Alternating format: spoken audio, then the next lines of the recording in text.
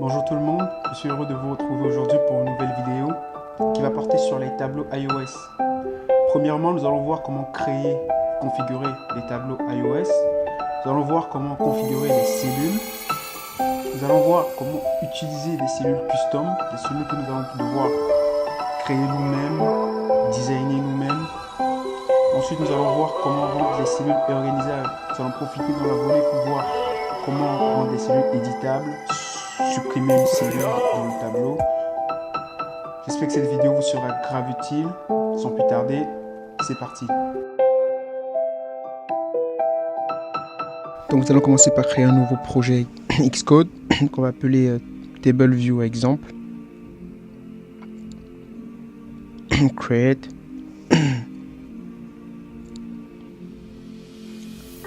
Ok. Ensuite on va aller dans le main.storyboard. On va rajouter TableViewController dans notre main.storyboard. On va définir comme étant l'initial view, la vue qui va être chargée par défaut. Donc en sélectionnant le TableView, on peut configurer notre TableView. On va choisir Static Cell pour avoir des cellules statiques. Ensuite on va choisir le style Group.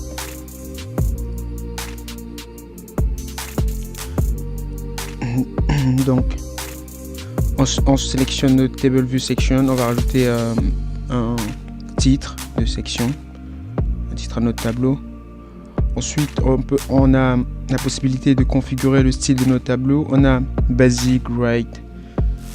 Là on va choisir Basic, là on aura un label mis par défaut. Sinon on a Write Detail avec un label à droite. Sinon on peut avoir Subtitle avec un titre plus un sous-titre.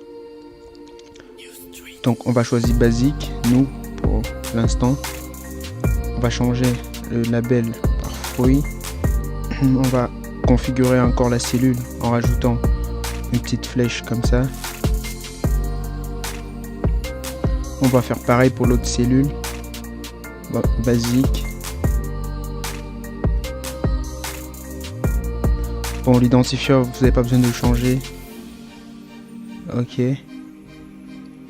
Changer plutôt le label en fait en quart.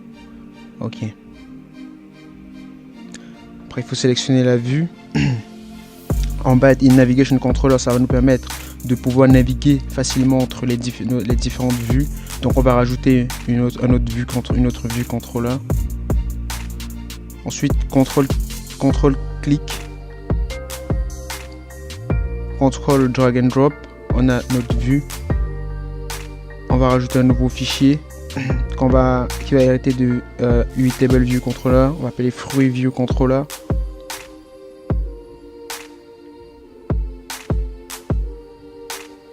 Donc on va configurer nombre de sections 3, nombre de cellules 5 par section. Donc on va donner un identifiant à notre cellule, cell.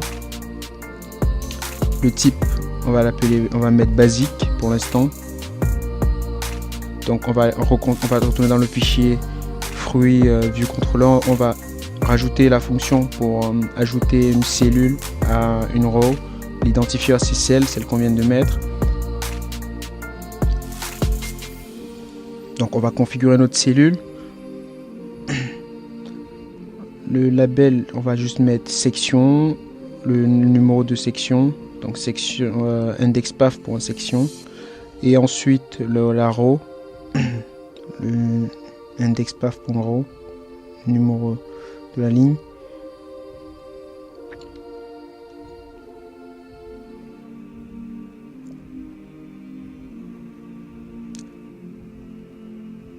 Donc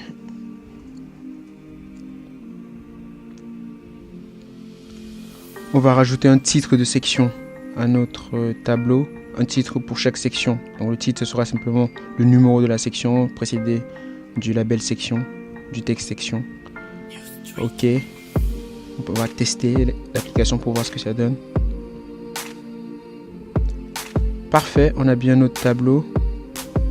Oups, par contre le tableau est vide. Il manque il faut retourner dans le main.storyboard. Il faut rajouter la classe fruit à notre vue, fruit TableView. Et là, ça devrait fonctionner mieux.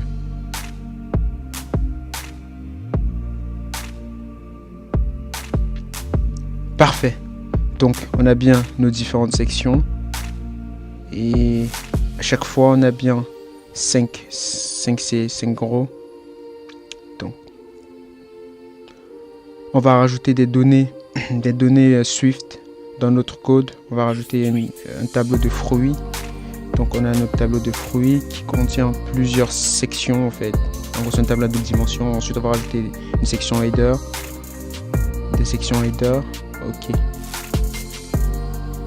On a autant de sections header qu'on a de tableaux dans notre tableau de fruits. Donc, le nombre de sections ça devient section header.count et le nombre de rows par section ce sera donc fruits section.count.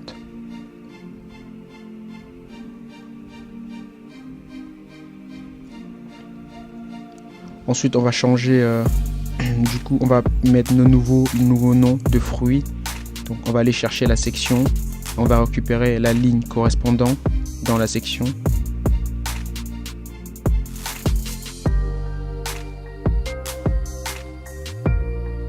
Donc on a bien plusieurs sections correspondant aux sections dans le tableau header section. On a autant de sections qu'on a de tableaux dans header section.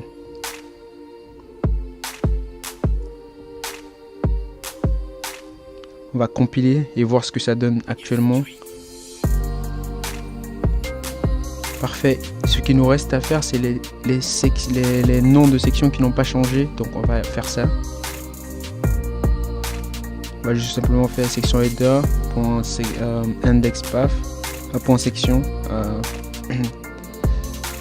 Ok. Parfait. Parfait. Donc là, on a nos noms de sections qui sont rajoutés.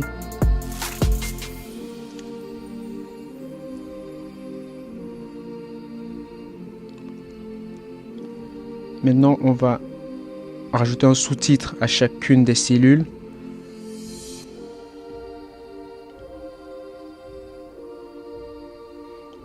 J'ai préparé quelques images pour nous. On va utiliser ces images tout simplement en drag and drop dans Xcode. Elles ont déjà les bons noms. Elles sont déjà bien nommées. On va retourner dans notre fichier Swift. Donc on pourra utiliser pour ajouter un détail en gros qui sera le sous-titre détail text label.text qui va être égal à delicious tout simplement. Et on va rajouter du coup notre image, donc image view.image qui va être égal à uImage de le nom, ce sera le nom du fruit. Donc on va copier-coller.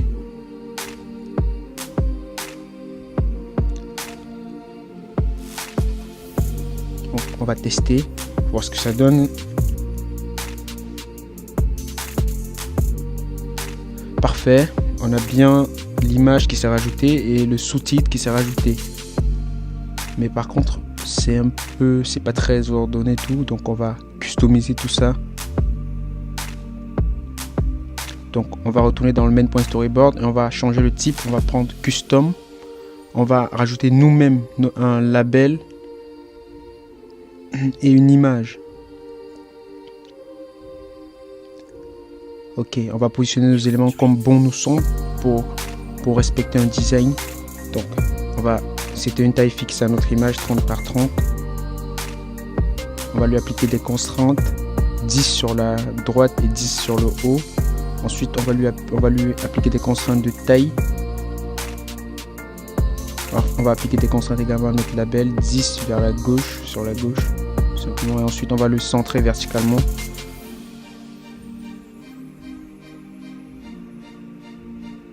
Ensuite on va appliquer aspect fill pour que l'image s'adapte selon l'image view qui va la contenir. Ensuite on va cliquer clip to bound, sélectionner cette option. On va créer notre fichier Swift pour la cellule, donc il va hériter de table view cell. On va appeler fruit table view cell.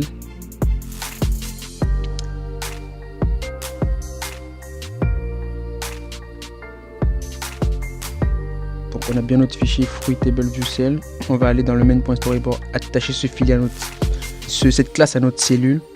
Donc on va attribuer la classe table view cell à la cellule et on va rajouter les éléments par contrôle, clic, drag and drop. Le label et l'image qu'on va appeler image V pour view, image view.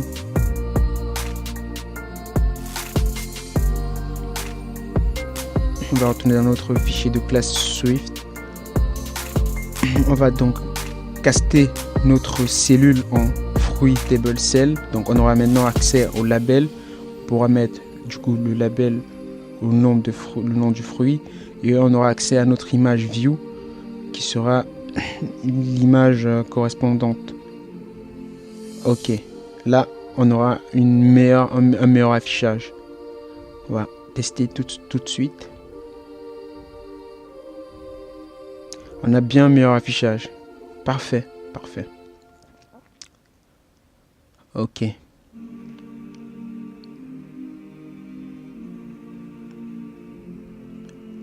Donc, on peut rendre le tableau éditable tout simplement avec cette ligne. On va voir ce que ça donne.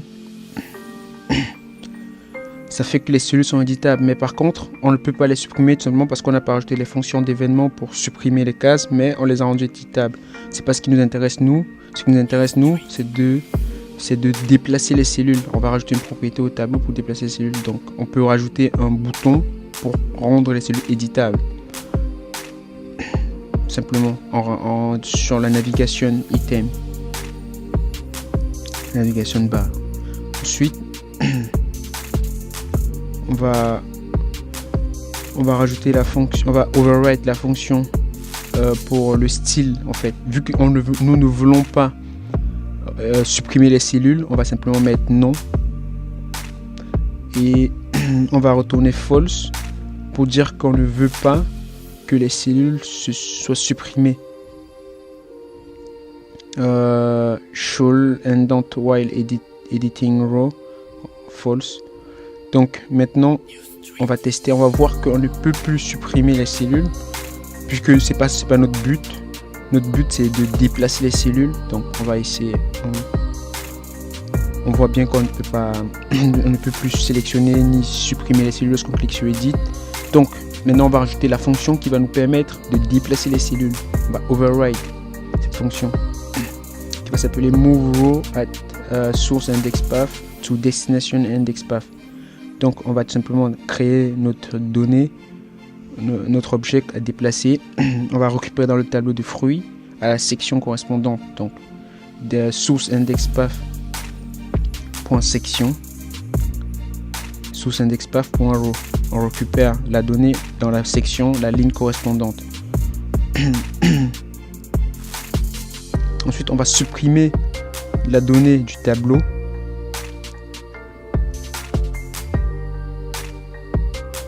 Pour la rajouter à la destination souhaitée. En gros, là où elle a été déplacée. Donc, pour source destination index path. Pour insert, on va insérer notre objet à la position destination index path.row.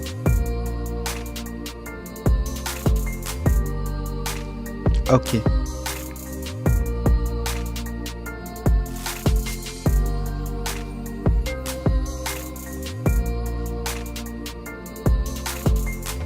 Si on teste, on voit que désormais nos cellules sont éditables. Lorsqu'on clique sur Edit, on peut les déplacer. On peut les déplacer de section en section ou bien à l'intérieur d'une même section. Tout fonctionne bien. Donc on va voir qu'on peut aussi décider de ne rendre que certaines cellules éditables avec la fonction canMove row at index path. Donc on va créer notre variable correspondant à la row, à la ligne qu'on veut rendre éditable.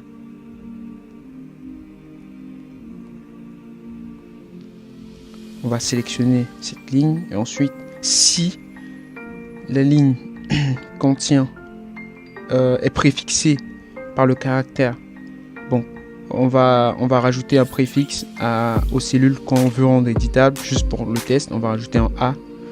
Donc si c'est préfixé par A, du coup Dans ce cas, seulement ce sera éditable. On peut tester pour voir ce que ça donne.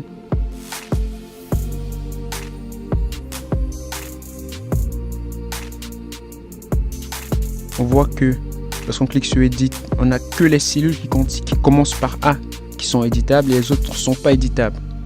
Ça fonctionne bien, parfait. Cette vidéo arrive à sa fin. J'espère qu'elle vous a été utile. Si c'est le cas, n'hésitez pas de liker la vidéo et de la partager. On se revoit très prochainement pour de nouvelles vidéos. Ciao!